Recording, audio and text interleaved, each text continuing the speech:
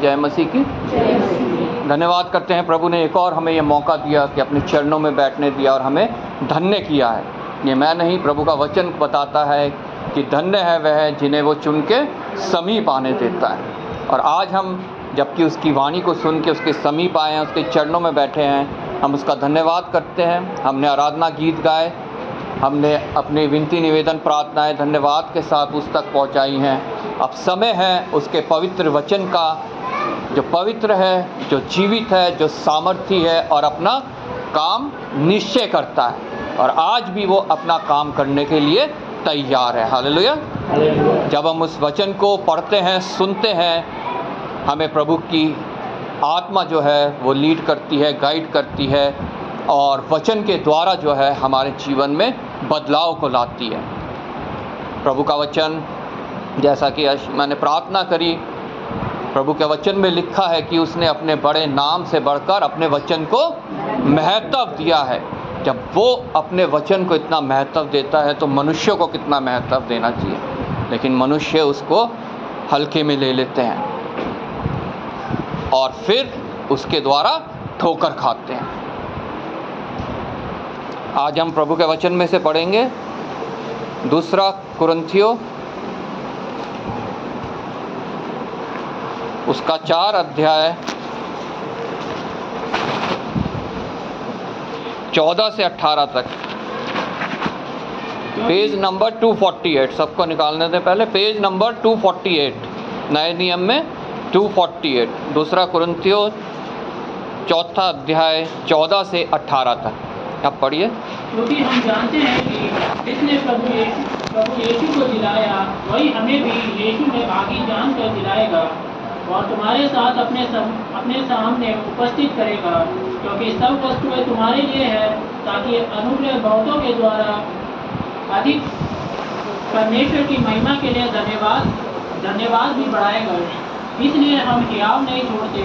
यद्यपि हमारा बाहरी मनुष्य तो नष्ट हो जाता है, तो भी हमारा भीतरी मनुष्य तो दिन प्रतिदिन नया होता जाता है। क्योंकि हमारा पल भर का हल्का सा कलेश हमारे लिए बहुत ही महत्वपूर्ण और अनंत महिमा उत्पन्न करता है। और हम तो देखी हुई वस्तुओं को नहीं परंतु अनदेखी वस्तुओं को देखते रहते हैं। क्योंकि देखी हुई वस्तुएं थोड़े ही दिनों की है, परंतु अनदेखी वस्तुएं सदा बनी रहती है। ये प्रभु का वचन है, इसके पढ़े और सुने जाने पे आशीष हो। आइए हम प्रार्थना करें। धन्यवाद पिता परमेश्वर, धन्यवाद करते हैं प्रभु तेरे वचन के पढ़े और सुने जाने के लिए, जो जीवित है, पवित्र है, सामर्थी है और निश्चय अपना कार्य करता है। प्रभु आज भी वो अपना कार्य कर रहा है। प्रभु मैं तेरा धन्यवाद करता हूँ। इसके द्वारा जो कुछ बातें तू हमसे करना चाहता है वो हम पे जाहिर कर। पिता परमेश्वर, मुझ में कोई काबिलियत नहीं, मुझ में कोई पिता परमेश्वर सामर्थ्य नहीं कि मैं प्रभु तेरे वचन को बोल सकूं, लेकिन तेरी आत्मा पिता परमेश्वर हमारे बीच में है। और मैं विश्वास करता हूं पिता परमेश्वर कि तूने प्रभु अपनी सामर्थ्य मुझे भी दी है, अपनी आत्मा मुझे भी दी है। प्रभु बैठे हुए प्रत्येक जन के हृदय को तेरे हाथों में सौंपता हूँ। प्रभु हृदय की भूमि को तैयार कर कि जब वचन का बीज पड़े तो वो बहुत सा फल लाए और पिता परमेश्वर प्रत्येक के हृदय में परिवर्तन होने पाए, प्रत्येक के जीवन में परिवर्तन होने पाए। तेरी महानता, तेरा प्रेम, तेरी शांति, तेरा आनंद पिता परमेश्वर प्रत्येक के हृदय में राज्य करने पाए। प्रभु एक बार फिर आदर महिमा तुझे देते हुए धन्यवाद के साथ प्रभु यीशु के नाम से मांगते हैं, आमीन।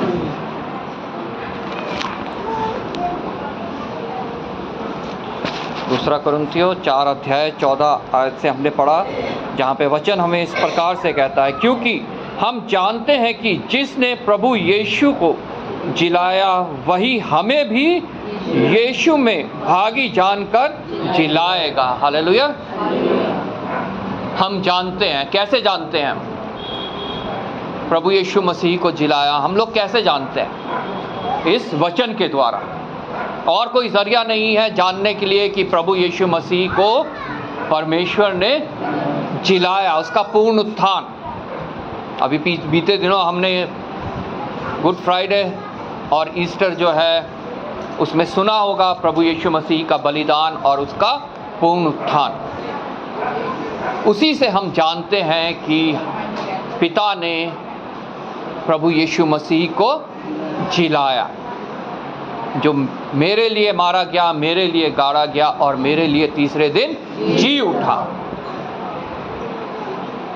हम आजकल स्टडी कर रहे हैं हेवन एंड हेल।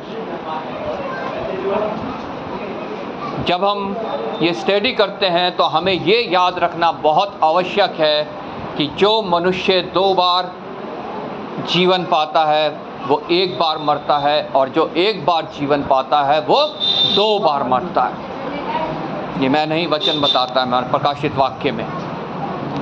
2 बार जीवन पाना मतलब एक ये शारीरिक जीवन, जो शरीर हमारा नष्ट हो जाएगा, और दूसरा जीवन हमारा आत्मिक जीवन। जब मनुष्य इस पृथ्वी पे पैदा होता है तो सभी का आत्मिक जीवन जो है वो मरा हुआ है, डेड है। कोई भी धर्मी नहीं, प्रभु का वचन कहता है एक भी धर्मी नहीं। सब ने पाप किया और परमेश्वर की महिमा से रहित है, और जिसने पाप किया उसका आत्मिक जीवन जो है वो मरा हुआ है। प्रभु का वचन बताता है हम पाप ही के द्वारा इस धरती पर आए हैं, तो इसलिए हम सब का आत्मिक जीवन मरा हुआ है। 1 बार हमने जीवन पाया तो हमारी मृत्यु 2 बार होएगी। 1 बार हमारी शारीरिक मृत्यु और दूसरा आत्मिक मृत्यु जो हमारी ऑलरेडी हो रखी है, लेकिन उस मृत्यु को भी और कष्ट झेलना पड़ेगा नरक में जाके। लेकिन अगर हम 2 बार जीवन पाते हैं, पहले शारीरिक जीवन और फिर आत्मिक जीवन, तो हम एक ही मृत्यु मरेंगे जो हमारे इस शरीर की मृत्यु है, और हमें आत्मिक जीवन मिलेगा और उस स्थान में हम जाएंगे जो परमेश्वर चाहता है, जो मनुष्यों के लिए तैयार किया गया है। नरक जो है वो मनुष्यों के लिए तैयार नहीं किया गया। बाइबल में साफ साफ प्रभु यीशु मसीह ने खुद कहा है। मत्ती रचित सुसमाचार उसका 25 अध्याय उसकी 41 आयत, जहाँ पे प्रभु यीशु मसीह ने साफ साफ कहा है कि नरक किसके लिए तैयार किया गया है। किसी को मिल जाए तो पढ़ दे। मत्ती 25:41। तब वह भाई और वालों से कहेगा, हे शापित लोगों, मेरे सामने से उस अनंत आग में चले जाओ जो शैतान और उसके दूतों के लिए तैयार की गई है। हालेलुया। वो अनंत आग जिसको हम नरक के रूप में जानते हैं, वो शैतान और उसके दूतों के लिए तैयार की गई है। वो मनुष्यों के लिए तैयार नहीं की गई है। लेकिन मनुष्यों को वहाँ जाने से बचने के लिए आत्मिक जीवन पाना बहुत आवश्यक है। परमेश्वर ने प्रभु यीशु मसीह को मृतों में से जिलाया, और वो चाहता है कि प्रभु यीशु मसीह का पुनरुत्थान जो है वो मेरे लिए भी कार्य करे, आपके लिए भी कार्य करे, और सभी मनुष्यों के लिए वो कार्य करे, ताकि हम वहाँ पहुँचे जहाँ मत्ती रचित सुसमाचार उसके 34 आयत में लिखा है, जहाँ पे धन्य लोगों ने जाना है। हालेलुया। जहाँ पे धन्य लोगों ने जाना है, वो जगह जो है वो मनुष्यों के लिए तैयार की गई है। लेकिन धन्य बनना कैसे है? हमें प्रभु का वचन साफ साफ बताता है कि अनुग्रह के द्वारा विश्वास ही से हमारा उद्धार हुआ है। उद्धार हुआ मतलब हमें एक और जीवन मिला है। निकोदेमुस प्रभु यीशु मसीह के पास आया और पूछा कि मैं उद्धार पाने के लिए क्या करूं? प्रभु यीशु मसीह ने उसे कहा कि तुझे नया जीवन पाना बहुत आवश्यक है। वो घबरा गया, डर गया कि मैं तो माँ के गर्भ से एक बार जन्म ले चुका हूँ, कि दूसरा नया जीवन कौन सा है? ये दूसरा नया जीवन हमें इन वचनों में मिलता है जो आज हमारे हाथों में है। हालेलुया। जब हम इन वचनों को पढ़ते हैं, इन पे विश्वास करते हैं, इन पे चलते हैं, तो वो नया जीवन मेरा है, वो नया जीवन आप लोगों का है, और हम उस दूसरी मृत्यु से बच जाते हैं। जैसा यहाँ पे लिखा है, क्योंकि हम जानते हैं कि जिसने प्रभु यीशु मसीह को जिलाया वही हमें भी यीशु में भागी जानकर जिलाएगा। हालेलुया। वो ही हमें प्रभु यीशु में भागी जानकर दिलाएगा और तुम्हारे साथ अपने सामने उपस्थित करेगा, क्योंकि सब वस्तुएं तुम्हारे लिए हैं। संसार में जो कुछ रचा गया वो मनुष्य के लिए है। चांद, तारे, सितारे, पशु पक्षी, समुद्र के जितने प्राणी हैं, नदियों के जितने प्राणी हैं, सब कुछ जो है मनुष्यों के लिए रचे गए। परमेश्वर ने पहले पूरा इंतज़ाम किया, पेड़ पौधे बनाए, बीज वाले पेड़ पौधे, फल वाले पेड़ पौधे, सब इंतज़ाम करके मनुष्य के लिए पूरा उपाय के साथ उसने जो है मनुष्यों को इस पृथ्वी पर भेजा।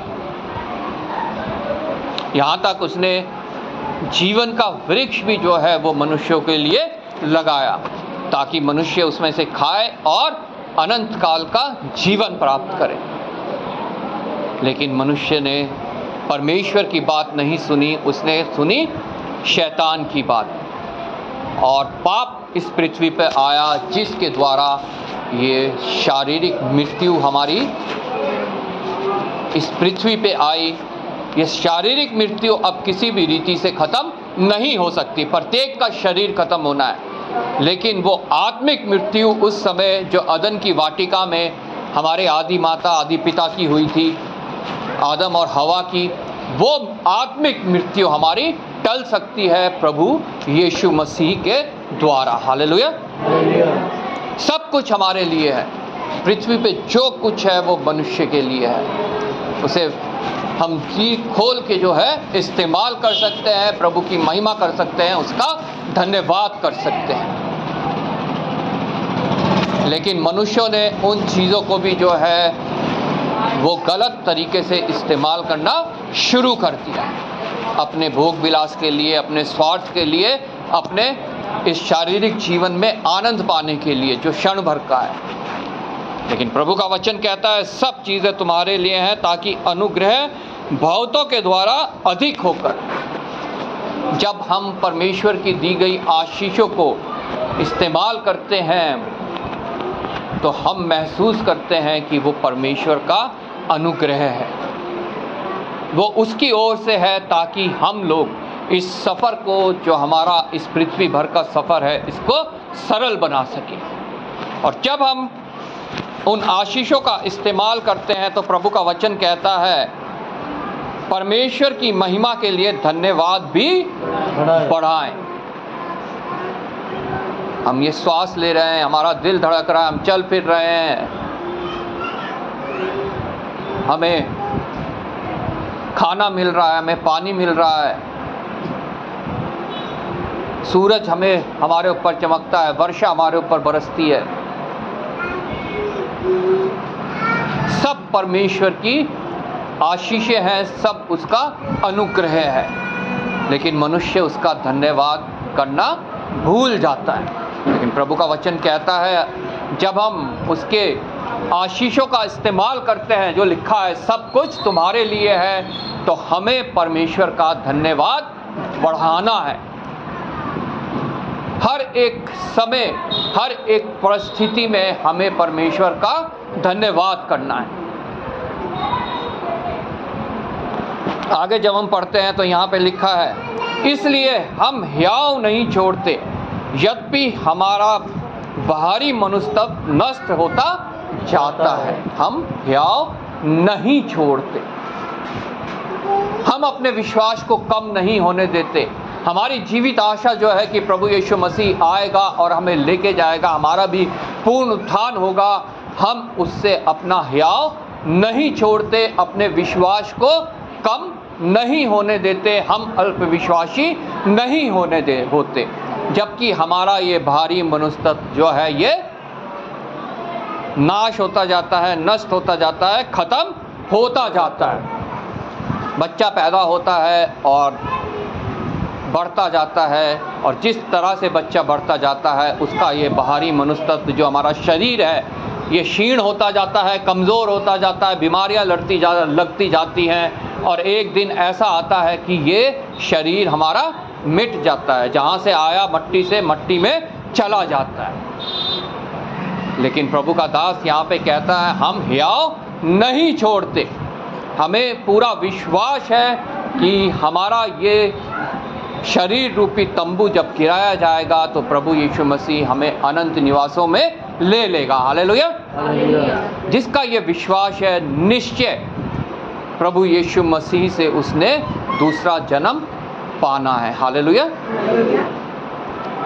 और जब वो दूसरा जन्म पालेगा, प्रभु के वचन में लिखा है, पुरानी बातें बीत गई, देखो सब कुछ नया हो गया। वो नया कब होता है? जब हम प्रभु यीशु मसीह पर विश्वास लाते हैं, उसके वचन पर हम विश्वास लाते हैं।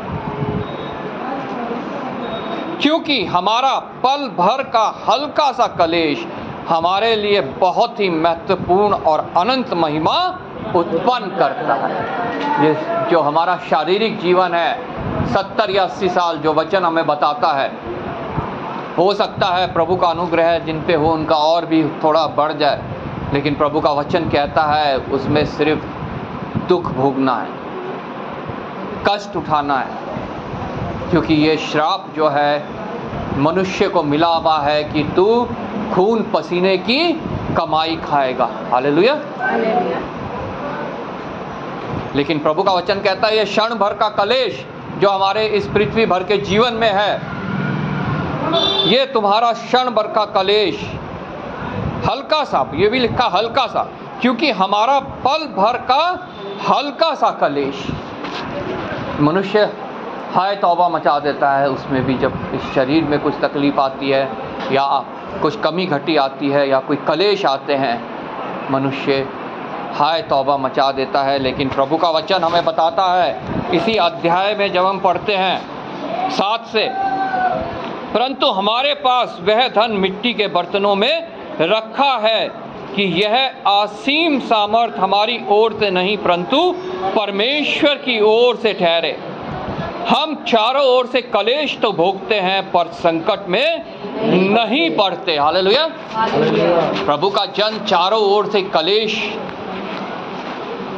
भोगता है लेकिन संकट में नहीं पड़ता, क्योंकि उसका वो हियाव बांधे रहता है और उसे पता है कि ये क्षण भर का कलेश जो है हमारे लिए बहुत बड़ी महिमा को उत्पन्न करेगा। सताए निरुपाय तो होते हैं पर निराश नहीं होते, क्योंकि हमारे पास एक जीवित आशा है। संकट में नहीं पड़ते, निरुपाय तो हैं पर निराश नहीं होते, सताए तो जाते हैं पर त्यागे नहीं जाते। हमारा परमेश्वर ना कभी हमें छोड़ेगा ना त्यागेगा। त्यागे नहीं जाते, गिराए तो जाते हैं पर नष्ट नहीं होते। हम यीशु की मृत्यु को अपने देह पर हर समय लिए फिरते हैं। हालेलुया। ये क्षण भर का कलेश जो है हमारे लिए एक बहुत बड़ी महिमा उत्पन्न करने वाला है, क्योंकि हमारा पल भर का हल्का सा कलेश हमारे लिए बहुत ही महत्वपूर्ण और अनंत महिमा उत्पन्न करता है। Praise Lord. तो फिर क्यों ना हम पौलुस की तरह कहें, जैसा अभी हमने पढ़ा, हमारे ऊपर कलेश आएगा, संकट आएगा, लोग गिराएंगे भी, दबाएंगे भी, घटी भी आएगी, कमी भी आएगी, शारीरिक कमज़ोरी भी आएगी, लेकिन हमें निरुपाय नहीं होना है, अपनी जीवित आशा को नहीं खोना है, अपने विश्वास को कम नहीं होने देना है। क्योंकि हम जानते हैं, वचन हमें बताता है, जो सत्य है, जो जीवित है, जो अपना कार्य करता है, कि ये पल भर का हल्का सा कलेश हमारे लिए अनंत महिमा उत्पन्न करने वाला है। हालेलुया। वो अनंत महिमा क्या है? जब हम प्रभु यीशु मसीह को रूबरू मिलेंगे। हालेलुया। जब उसका आगमन होगा, महिमा में आगमन, बादलों में जब उसके लोग उठाए जाएंगे और उसके सामने पहुंचेंगे, वो हमारा महत्वपूर्ण और अनंत महिमा का समय होगा। हालेलुया। और हम तो देखी हुई वस्तुओं को नहीं परंतु अनदेखी वस्तुओं को देखते रहते हैं। जो हमें संसार में दिखाई देता है प्रभु का जन उनके ऊपर अपना मन नहीं लगाता, बल्कि वचन में जैसे लिखा है, जहाँ तेरा धन वहाँ तेरा मन। अगर हम इस संसार में धन संचय करते हैं, उसको महत्वपूर्ण समझते हैं, प्रभु से ऊपर उसको जो हम समझते हैं, तो हमारा मन कभी भी उस स्थान में नहीं लगेगा जो अनदेखी है, जिसके विषय में यहाँ लिखा है, जिसके विषय में अभी हमने मत्ती 25:34 में पढ़ा, जहाँ वो अपने दाहिने ओर वाले को कहेगा कि हे मेरे धन्य और उत्तम दास, तो उस जगह पे चल। कोई पढ़ दे 34 भी, मत्ती का 25:34। तब राजा अपनी दाहिनी ओर वालों से कहेगा, ये मेरे पिता के धन्य लोगों, आओ उस राज्य के अधिकारी हो जाओ जो जगत के आदि से तुम्हारे लिए तैयार किया गया है। हे मेरे पिता के धन्य लोगों, हालेलुया। कितना अच्छा होगा ये शब्द जब हम सुनेंगे, जब स्वर्गदूत इस पृथ्वी भर से प्रभु के लोगों को लेके प्रभु के समक्ष जाएंगे और प्रभु कहेगा, हे मेरे पिता के धन्य लोगों, हालेलुया। उस अनदेखी जगह को हमें हमेशा देखते रहना है, इसलिए हमें अपना धन वहीं पर ही संचय करना है। हमें जो कुछ करना है अपने आत्मा की चंगाई के लिए करना है, आत्मा के बल के लिए करना है, और उसके लिए ये वचन का पढ़ना, इसको मनन करना, इसको मानना, इसको अपने जीवन में लागू करना बहुत आवश्यक है। और हम तो देखी हुई वस्तुओं को नहीं, परंतु अनदेखी वस्तुओं को देखते रहते हैं, क्योंकि देखी हुई वस्तुएं थोड़े ही दिन की है। जो कुछ हमें इन फिजिकल आंखों से दिखता है, ये सब चीज़ें थोड़े ही दिन की है, चाहे मैं हूँ, चाहे आप लोग हैं, या और भी कुछ जो हमें दिखाई देता है। पेड़ पौधे, भवन, पक्षी, जानवर, सब थोड़े ही दिन के हैं, सब ने नष्ट हो जाना है, और निश्चय जब अंतिम न्याय होगा उस समय तो सारा ही कुछ जो है वो नष्ट हो जाएगा। हालेलुया। क्योंकि देखी हुई वस्तुएं थोड़े ही दिन की हैं, परंतु अनदेखी वस्तुएं सदा बनी रहती है। आमीन। इसलिए हमें उन अनदेखी वस्तुओं के ऊपर अपना आत्मिक आंखों को हमेशा लगा के रखना है, हमेशा उन्हें देखते रहना है, हमेशा जो है उस स्थान पे पहुंचने का हमें कोशिश करनी है जहां प्रभु यीशु मसीह कहता है, हे मेरे पिता के धन्य लोगों, हालेलुया। उस अनंत स्थान के भागी हो जाओ जो तुम्हारे लिए जगत के आदि से तैयार किया गया है। हर एक मनुष्य के लिए जगत के आदि से, जगत को बनाने से पहले वो स्थान तैयार किया गया जिसको स्वर्ग कहा जाता है। लेकिन मनुष्य ने बागी होके, शैतान का कहना मान के जो है उस स्थान को तुच्छ जाना, और उस स्थान में जाने के लिए सब तैयार हैं जो शैतान और उसके दूतों के लिए बनाया गया है, जिसे नरक कहा जाता है। आज हमें निर्णय करना है, सांझ की बेला में हमने कौन से स्थान को चुनना है। मैंने जीवन और मृत्यु दोनों तुम्हारे सामने रख छोड़ा है, वो किसी के ऊपर थोपता नहीं है। निर्णय मुझे लेना है, निर्णय आप लोगों को लेना है कि मैंने जीवन को चुनना है, उस दूसरे जीवन को जो आत्मिक जीवन है, या मुझे मृत्यु को चुनना है, उस दूसरी मृत्यु को जो आत्मिक मृत्यु है। हालेलुया। मार्ग तुम्हारे सामने दोनों खुले हैं, फाटक दोनों हैं, एक भव्य है, चौड़ा है, जो विनाश की ओर पहुंचाता है, विनाश के द्वार पे पहुंचाता है, नरक के द्वार पे पहुंचाता है। लेकिन सकरा है वो फाटक जो अनंत जीवन तक पहुंचाता है। फैसला मेरा है, फैसला आपका है। आज सांझ हम यहाँ से ये फैसला करके जा सकते हैं। प्रभु आपको इस वचन के द्वारा आशीष दे।